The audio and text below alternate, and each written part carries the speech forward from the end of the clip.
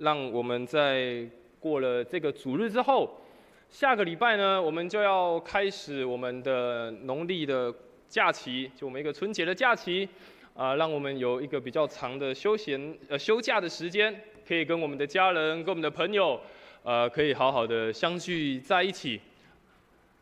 所以下个礼拜的主日礼拜也只有一堂礼拜是新春礼拜，所以下个礼拜的主日呢，我们就一堂礼拜，新春礼拜就没有2堂，所以请各位弟兄姐妹也要记得早上9点就一堂的主日礼拜。但说到过年，大家有没有发觉过年越来越没有过年的气氛呢？就是小时候，我印象中我小时候过年蛮开心的，就是小时候过年都在乡下，然后乡下你可以去放鞭炮。然后小时候那个过年有很多那个市集可以逛，然后小时候你的印象的过年就是很热闹，然后很有趣。那小时候过年当中最棒的印象就是可以领红包。那后来发现，长大怎么渐渐没有年味了，就好像越来越没有这种传统过年的感觉。当然，可能现在的小家庭越来越多。现在的人的居住的形态也改变了，不像可以这样四处的拜年、四处的去串门子。但还有一个很大的原因，昨天跟一些同工我们在聊天在分享，牧师觉得，因为我们从领红包的人变成要发红包了，所以那个感觉不大一样了但是不论我们可以领红包，或者是我们可以发红包，我们都感谢神，因为我们可以领红包或我们可以发红包，代表我们跟某个人有关系。代表我们跟我们家里的某一个成员，跟我们的某一个亲戚我们有关系，所以我们可以用红包的方式，我们彼此祝福，献上感谢。但同样回到信仰的群体当中，我们领受祝福、领受恩典，也是跟我们跟上帝有很亲密、很合宜的关系。因此，我们成为神的儿女，我们一起在这个地方享受跟上帝同在的美好，一起享受从神而来的赐福。所以我们常常听到一句话，就有关系就没关系，没关系就有关系，所以关系非常的重要。特别我们在这个信仰群体当中，我们跟神的关系如何，我们跟上帝的关系亲不亲密，更加的为重要。今天我们所看的这段的经文是以赛亚先知，他在旧约的时代对以色列人说出了一段的预言，说出了一段的启示。当时的以色列人遇到一个非常大的困顿，就是他们的国家毁灭了，他们的民族也快要结束了，他们被抓到很遥远的异乡的国家去，以至于以色列人他们不知道未来在哪里，他们不知道上帝到底的心意是什么，好像把他们弃绝掉了。他们原本是一群上帝所拣选的百姓，上帝说我要拣选他们，但现在却不大一样。原本上帝跟他们关系好像出了点问题，以至于他们好像也觉得上帝不在了，以至于他们觉得原本是被拣选一群，却落到这样的境况。但这个时候，先知以赛亚说出了一段安慰鼓励的话，告诉这些以色列人，让他们得以知道，就算在这样糟糕的状况当中，上帝仍然与他们同在。在这样糟糕的境况当中，上帝仍然要让一个好像看起来快要结束了、快要到一个终点的一个民族，又再一次的扩展开来。所以透过今天的经文，我们一起来分享，也一起再一次的思考。特别我们要再一次的过年，特别对台湾人来讲，台湾的文化传统来讲，好像要过农历年，好像才真的比较有过年的感觉。要过年了，我们要再一次透过这样的经文，也让我们想，新的一年又要来了，求神帮助我们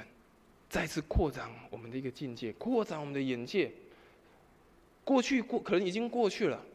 过去你可能在这一年当中，你所经历到的是遇到许多的挑战、许多的危难、许多的困苦患难，但已经过去了，过去的已经过去，新的事物摆在眼前，上帝新的带领摆放在你的眼前，一个新的扩展的机会放在我们的眼前，等待我们再一次的去挑战，再一次的去突破，甚至是再一次的去领受这样新的祝福。所以我们将来透过这样的经文来一起来思考。首先我们要先知道旧约的先知他们很特别，他们在发预言的时候，或他们在说一些上帝的启示，他们不会明讲，他们不会告诉这些听的人或以色列人就很明讲，告诉他们说，就会发生什么事。他们都会用一种图像式的，他们都会用让以色列人好像看了一幅画一样，让这些以色列人了解上帝的作为可能是什么样子。所以先知常常我们在看旧约先知的时候，他们发出的预言都是用一个图像式的、图画式的，让那些以色列人他们所了解的、他们身旁所可以接触到的东西，让他们可以摸索到上帝的心意是什么。所以说到旧约先知，也鼓励我们的弟兄姐妹，3月开始有一个旧约先知书的查经班，鼓励弟兄姐妹可以一起来查考。特别今年教会推动查考圣经，当我们查到先知书的时候，你就会有一些概念，你会有一些比较清楚的对先知书的了解，知道先知书到底在讲些什么。这些预言，每一个章卷，每一个先知他们在说的，跟当代人跟现在我们有什么样的关系？所以鼓励大家可以来参加。但回过头来讲，先知他们用这种图画式的，而且从他们当时，或许他们可以更容易理解上帝到底的心意到底是什么。所以我们今天看到的经文里面有一些特别的字，他说到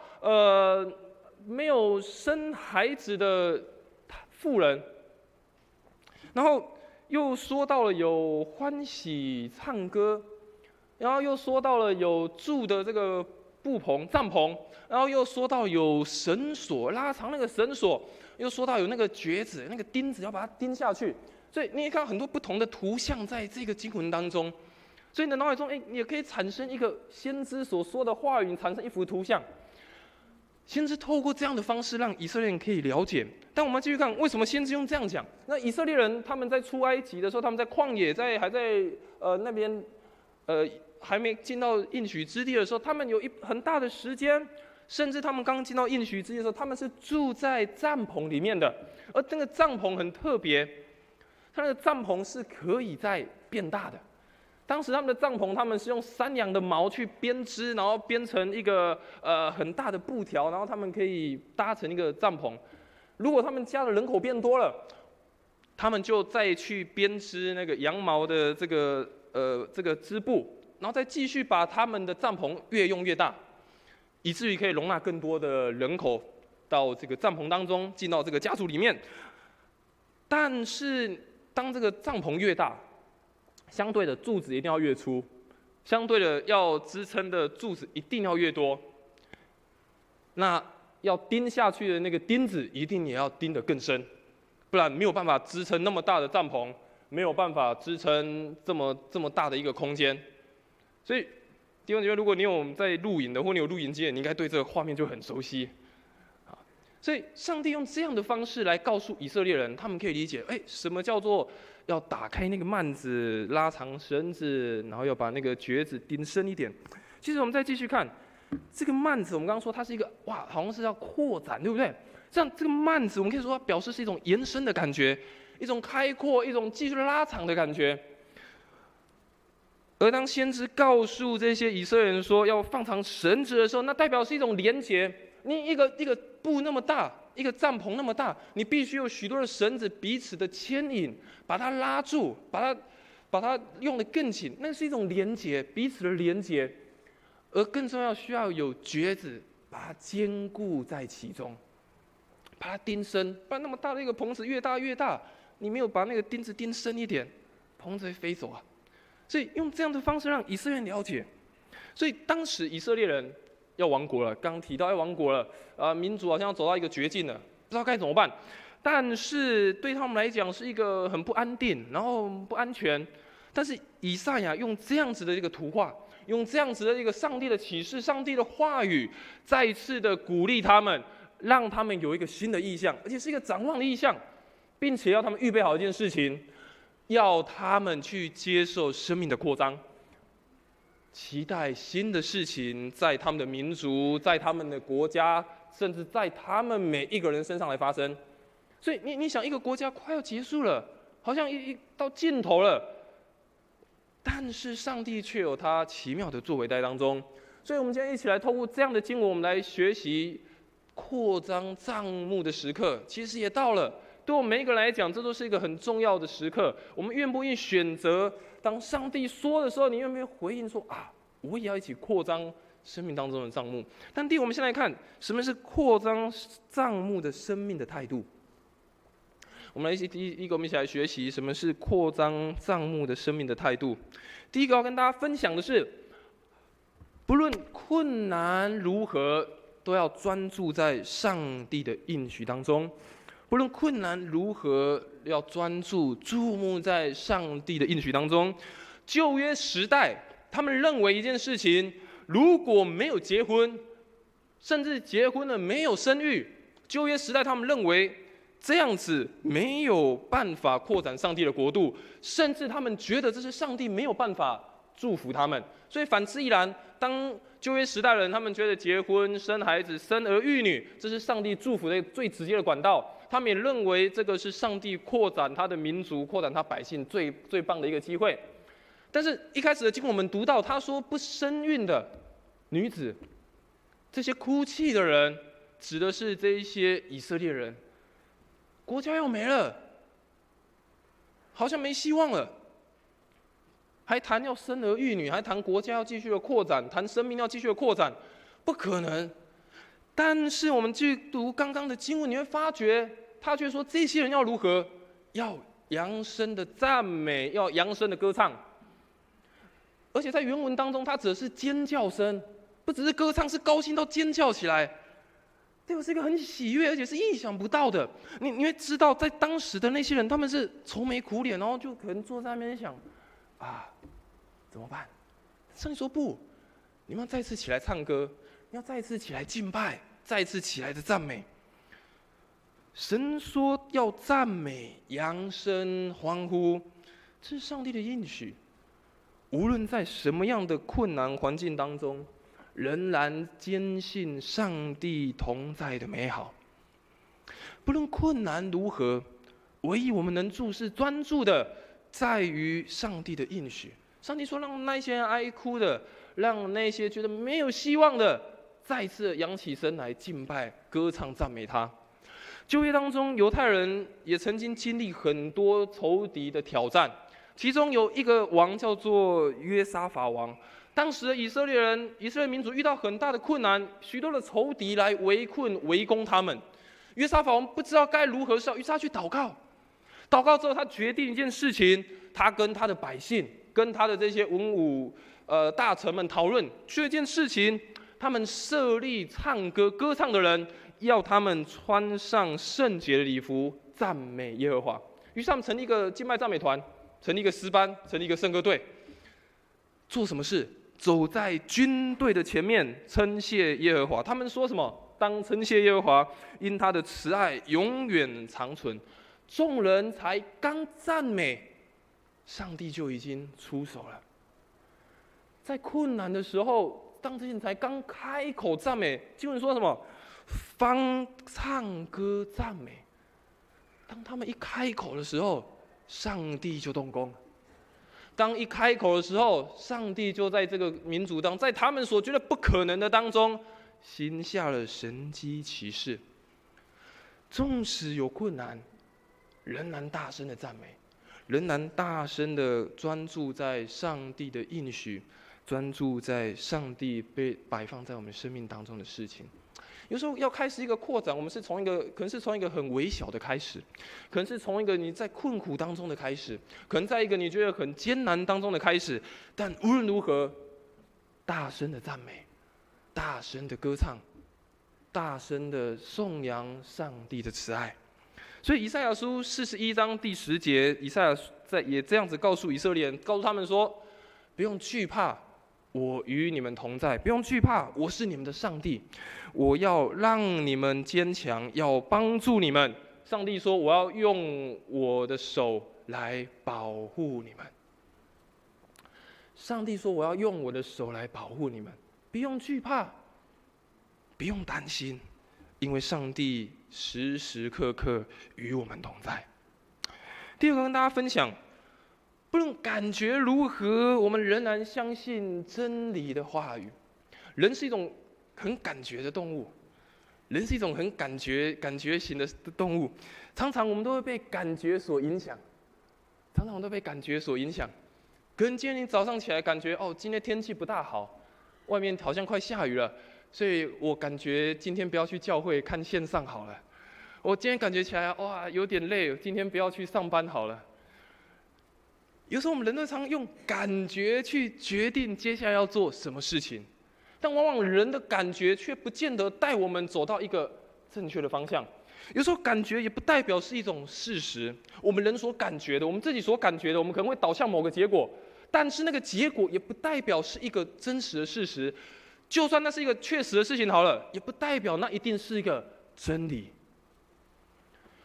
我们人的感觉，我们人认为对的事情，但它不见得是一个真理的事情。人的感受是真实的，没错，我们必须承认，我们有开心的时候，我们有难过的时候，我们有喜悦的时候，我们会有觉得很厌烦的时候。人的感觉很真实，每个人都有不同的感觉，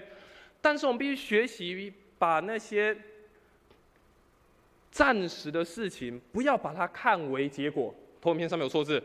不要把这些暂时的事情把它看为是一个结果。但是说，我要再次跟大家分享。感觉不是一个真理，有时候某些事实也不是一个真理。我们要适时的把那些暂时的事情放下，那个不是真实的结果。有时候它反而变成是控告我们生命，甚至是影响我们生命很大的一个部分。在以色列人他们当出埃及的时候，准备要进到应许的迦南地，也同样遇到一件事情。摩西派了12个探子，叫他们先到那个迦南地里面去。那一进去之后，12个人40天之后回来了。回来之后发生什么事情？有2个人，约书亚、迦勒，他们说：哇，那个地方真的是流奶与蜜之地。然后那地的果子哇，长得非常的漂亮，非常的丰盛。但是他们也同样看到一件事情，是住在迦南地里面有长得非常高的亚纳族人，有非常大的巨人在那个里面，他们看见了。但是剩下的这10个人，迦勒跟约书亚他们觉得我们还是要去，就算有这样的困难在，还是要去。但是剩下那10个探子回来，他们说了什么话？他们说：不要了，我们不要去好了，因为那边的人哇长得太强壮了，那里的人长得太高了，那里的人我们没有办法打赢他们，我们感觉那里不好，以至于10个人说不好的时候，剩下的百姓他们也一起在那边说：那不要去哦，去那边必死无疑，去那边每个人那么高壮，我们以色列人打不赢。但是你看到迦勒，甚至是约书亚，他们在那个当中，他们所持的一个非常重要的一个信心，他们非常相信一个真理在什么？迦勒说什么？他在摩西的面前安抚百姓说：我们立刻去得那地吧，我们必要得胜。迦勒非常清楚，不是用感觉，不是用这些既有的事实，巨人是事实，害怕也是事实，但是他让一个东西高过于他的感觉，上帝的应许、上帝的话语、上帝的真理，让他们知道那是他们要去的，让他们知道那个是上帝要让他们去领受的事情。所以到最后，你发觉这12个到最后可以进到迦南地的约书亚、迦勒进去了。他们不凭着自己的感觉而已。所以当约书亚进到迦南地之后，准备进迦南地之后，摩西要把棒子交给约书亚的时候，上帝如此告诉约书亚，他说：从旷野到这黎巴嫩，到伯大拉河，赫人的全地，到大海日落之处，都要给你们做境界。你看到这一切都要给你们，是整个扩展给你们以色列民族的。但是很重要，他说：只要刚强大大壮胆，遵行我仆人摩西吩咐你的一切律法，不可偏离左右，无论往哪里去都可以顺利。上帝说：对，扩展你们，让你有一个新的地方，让你有一个新的看见。但是很重要的，一切吩咐的律法不可偏离左右。这是我们一同学习，也一同看见的。我想基督徒可以夸口的，最重要可以夸口的一件事情，是上帝的话可以成为我们随时的帮助。成为一个基督徒，我们随时可以夸口的，不是自己感觉如何，不是自己觉得这才是事实，不是自己觉得这个才是对的，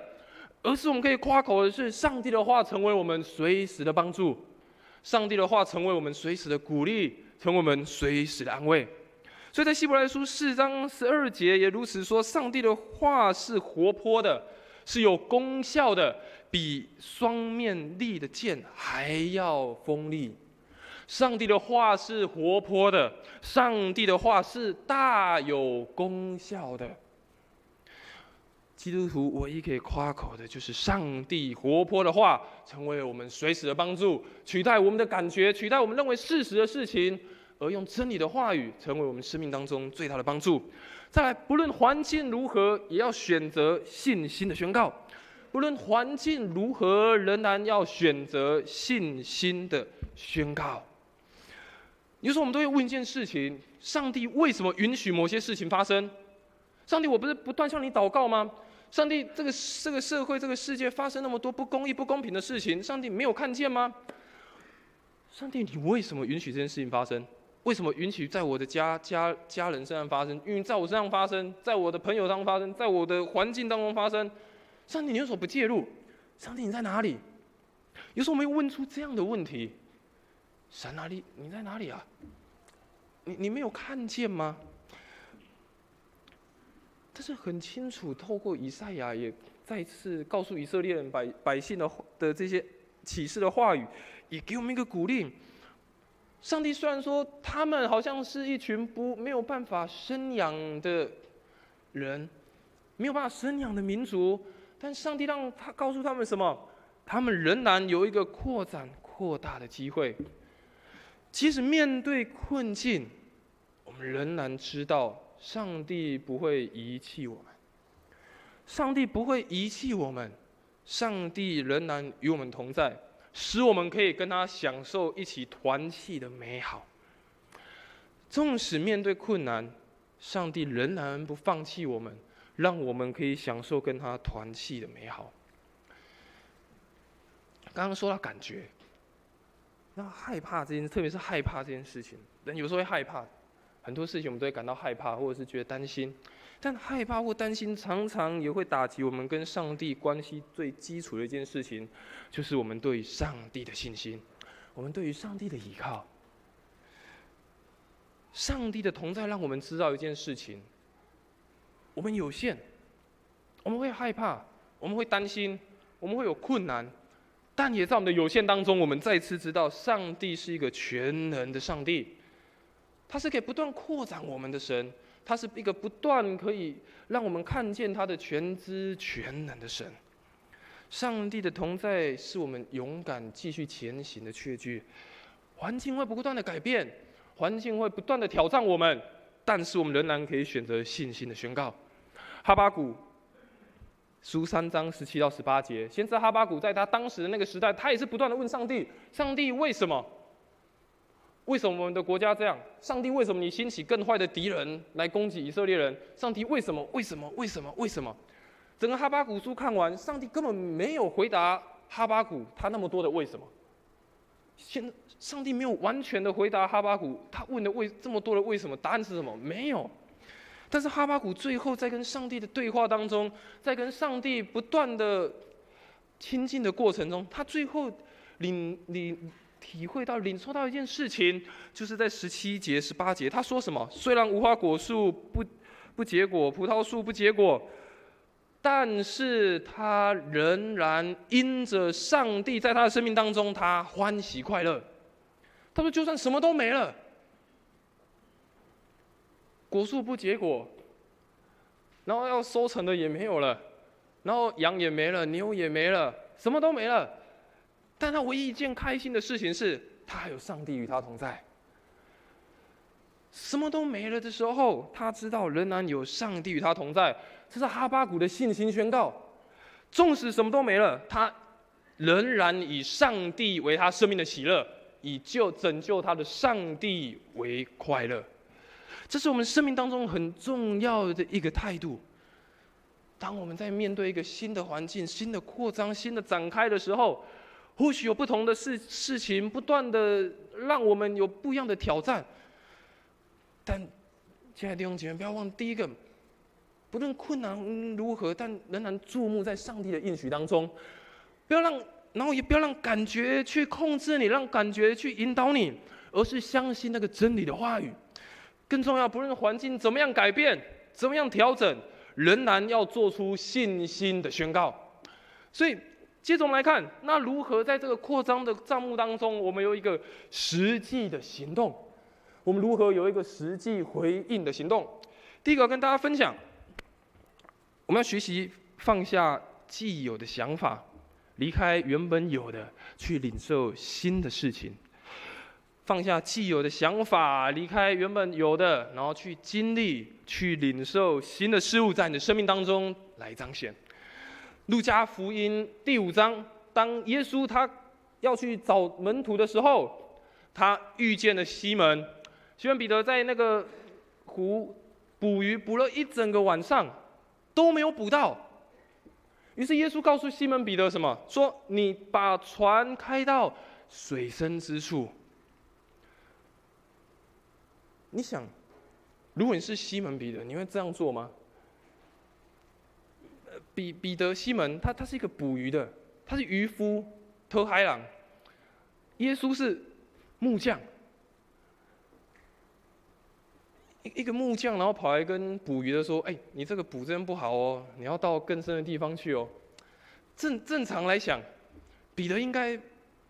会觉得很奇怪吧？就是哪有一个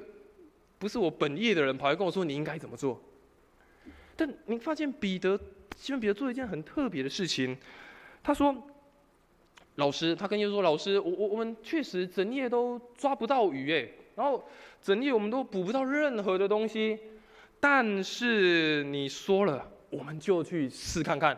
你说了，我们就来去捕看吧。”于是他们做什么事情？他们一把网子开到水深处放下去，鱼就非常的多，多到连网子都要破掉了。如果西门彼得坚持说：“耶稣你是个木匠，耶稣你只是一个在那边讲道传福音的人，你不会捕鱼啊？你应该告诉我要捕鱼。”如果彼得很坚持这件事情，我想他的生命当中可能就没有办法经历到这么样的神迹，就在他的面前来产生，甚至他生命就没有办法经历更多，跟随耶稣成为他的门徒，生命有更多经历、更多奇妙的事情再来彰显。所以彼得学习一件事情，把那个原本有的想办法更大的扩张、更大的扩大，放下他自己原本的想法，原本自己觉得对的，原本自己觉得这样就好的想法，而去做更多不一样的事。第二个要跟大家分享的是，确实我们生命也不是那么完全。我们领受一些新的事物，我们发现自己的一些不足，但同时我们也发觉我们生命并不是那么的完全，我们的生命也并不是那么样的完美，我们仍然有很多要学习，很多要调整，甚至很多需要被上帝重新琢磨的地方。但是我们不完全。但让我们学习可以谦卑的被上帝来使用，让我们可以学习谦卑的被上帝来使用。哥林多后书8章12节，保罗对哥林多教会如此说：“有人若有愿做的心，必蒙上帝的悦纳，因为上帝所看的是照那个人所有的，不是照那个人所没有的。”上次的讲道当中有分享到，耶稣讲过的一个比喻，一个财主给了3个仆人，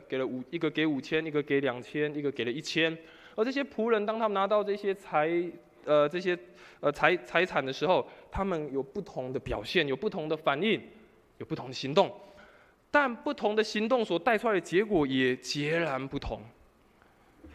没有人拿到那个主人完全的财产，每个人拿到的都不一样，有多有少。但是不管拿多拿少，都在于愿不愿意把那个所有的拿出来使用。如同这个经文所说的，一个人愿意做的心，不是看说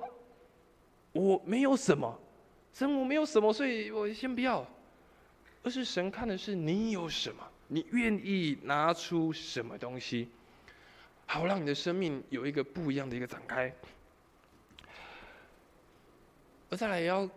来彼此的来鼓励、来分享，是我们要除了不完全，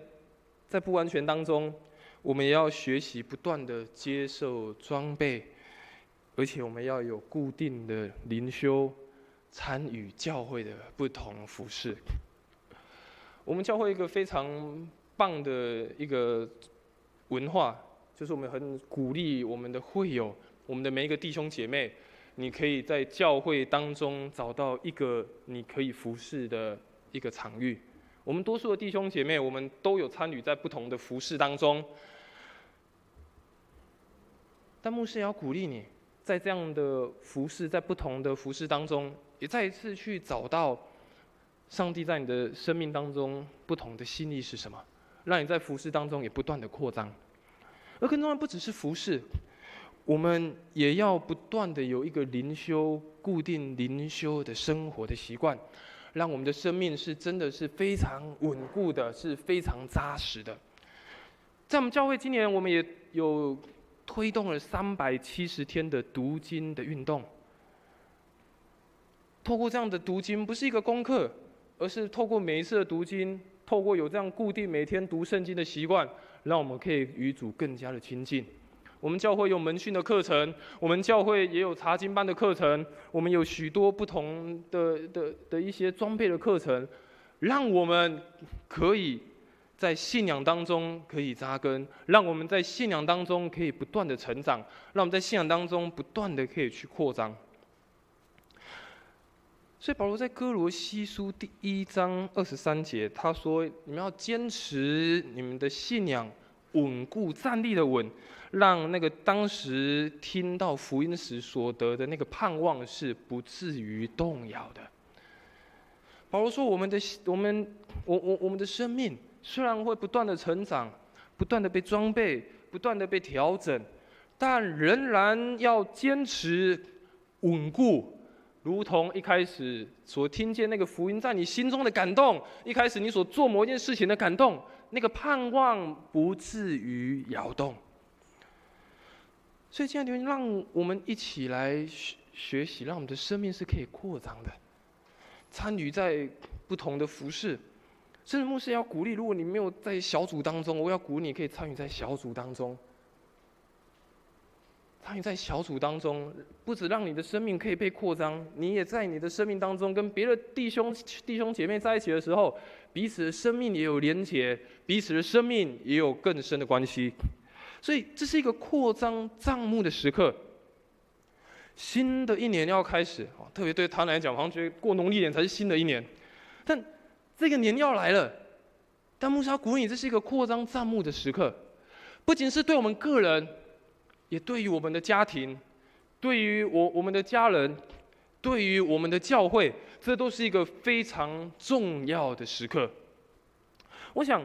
帐幕在旧约里面，帐幕不仅只是帐篷而已，不仅只是他们所住的那个帐篷。在旧约里面，当提到帐幕的时候，也会讲到是以色列人，他们还在这个出埃及的时候，他们所搭的会幕。所以这个帐幕也好，或者是会幕也好，那是一个人跟上帝亲近关系的机会，是一个人跟人彼此亲密关系，甚至是人跟自己彼此和谐关系，跟彼此有互动亲密的一个表示。所以扩张一个帐幕，不是说我要做多大的事情，我一定要有多棒的成就。经历很多很棒的事情，这才是一种扩张。更重要的这个扩张是让我们跟上帝之间的关系，我们跟周遭在这个帐幕里面的人的关系，让我们跟自己的关系更加的和谐，更加的亲密。所以，回头看今天的经文，张大的居所，就是把我们所领受的祝福也带给别人，把我们领受到的祝福也带给别人。放长我们的绳子，就是把我们所领受的这一些跟别人有合一的关系，彼此的连结在一起，彼此的合一，彼此的相爱。更重要的不是只有在人的感觉、人的事物上，而是在耶稣基督里有一个稳固的根基。如果我们一直放大，却没有把根基稳固在耶稣基督里面，那个风一吹，棚子就飞走了，绳子就飞走了。所以新的一年，因为我们的教会也成为是一个可以张大居所幔子的教会，让我们的教会把那个祝福不是只有留给我们自己，而是学习更多去祝福那些还没有听过福音的人。因为我们的教会、我们的小组、我们每一个弟兄姐妹，我们彼此更加的合一，更加的连结，在这个大的幔子当中，我们彼此相爱。也在这个大的幔子当中，我们每一个人都兼顾好我们的橛子，定根在耶稣基督里面，让我们的这个帐幕不断扩大。在我们特别我们要迎向50周年的时候，那是一个上帝的恩典。我们可能真的很少有机会，我们在一个教会当中遇到教会的50周年庆，可能人生当中没有多少的机会，这是一个很重要的时刻。但是在这样的过程当中，不断在前进的过程，我们有没有在扩张的过程，也不断的去学习，把领受的去分享，彼此合一，彼此建造，彼此相爱，彼此委身，甚至有好的根基。我们要过年了，这个礼拜你会回去跟你的家人、跟你的亲戚、跟你的朋友在一起，你也可以趁这个机会，是一个扩张幔子的机会，跟你还没有听过福音的家人分享福音，也跟你的这些亲朋好友分享过去一年上帝在你生命当中的恩典跟祝福，也透过这样的关系彼此的连结，透过这样的关系发现上帝在你的家族当中，在你的家庭当中带下多少的恩典，让你们可以去数算。更重要的是有一个稳固的根基，家庭当中发觉只有神是家庭当中唯一的主。所以在今年我们的教会周报里面，等下报告也会说第9页我们有放一个家庭祭坛，在除夕围炉的时候有一个家庭礼拜，也都可以透过那个时间，大家一起数算恩典，上帝的恩典，让每一个人生命在扩张的时候，这个家庭、我们的家族、每一个家人不断扩张的时候，上帝如何的帮助我们？而最重要、更重要的是我们自己个人，新的一年，我们领受的都不同。上帝量给我们的恩赐都不同。当你量了那个恩赐，拿了这个东西，不是只有自己享受，自己说哇，我有这个很棒，去祝福别人，使用在可以服侍的地方，使用在可以祝福的地方，与别人建立连结的关系，合一的关系。更重要，也不要忘记，仍然回到耶稣基督里面。钉下那个非常稳固、坚固的钉子，愿上帝赐福我们。这是一个帐幕扩张的时刻，不仅是对我们每一个人，也对我们的每一个人的家庭，对我们每一个人的家族，也对于我们的教会。所以以赛亚33章20到21节，他最后以赛亚告诉这些以色列人说：你们的眼睛要再次的看见耶路撒冷。一个清静、安稳、安全的地方，那边没有人可以移动的帐篷，那个地方那个钉子、那个橛子不会被拔起来，那个锁也不会断掉。在那个地方要再次显出上帝的威严，显出上帝的同在。当我们把那个钉子钉稳的时候，当我们把那个棚子建立在安稳的地基之后，上帝的威严、上帝的荣耀、上帝的恩典，就必再次彰显在我们每一个人的生命当中。愿上帝赐福我们，特别新的一年要开始的时候，扩张我们每一个人的帐幕之地，这是一个很重要的时刻，这也是我们选择的时刻。我们是否愿意回应上帝要扩张我们的时刻？愿上帝赐福我们。我们一起来唱一首回应的诗歌，然后我们等一下来为几件事情，我们一起来公道。我们坐着唱就好。我们来唱这首诗歌。叫做每一天我需要你。